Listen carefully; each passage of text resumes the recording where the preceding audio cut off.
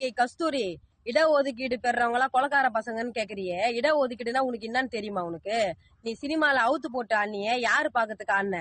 அந்த இடஒதுக்கீடு பெற கொலைக்கார பசங்க டிக்கெட் கொடுத்து வாங்கின பணத்துல தானே நீ வந்து உன் மானத்தை காப்பாத்துக்கா துணி வாங்கி போட்ட.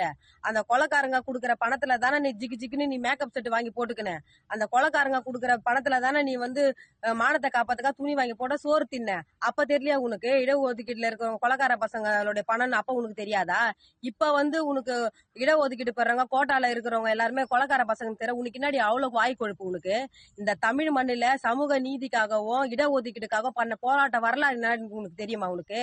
என் குடும்பத்துல 21 பேரு இந்த கோட்டாவை பெறத்துக்காக குண்டடிப்பத்து வீரமரணம் அடி செத்தான். அந்த வரலாறு என்னன்னு உனக்கு தெரியுமா? நீ எந்த ஊருடி? நீ எங்க இருந்து வந்து என் தமிழ் மண்ணில எங்க எங்க மக்களை பத்தி நீ பேசுறதுக்கு? உனக்கு தொடர்ந்து நீ உனக்கு வாய் கொழுப்பு அதிகமா இருக்கு. திருநங்கைகளே அப்படிதான் நீ விமர்சனம் பண்ண. இந்த வாய் கொழுப்பு உனக்கு அடக்கணும். தமிழ் மக்கள் கிட்ட 3 தினத்துல நீ மன்னிப்பு கேட்கல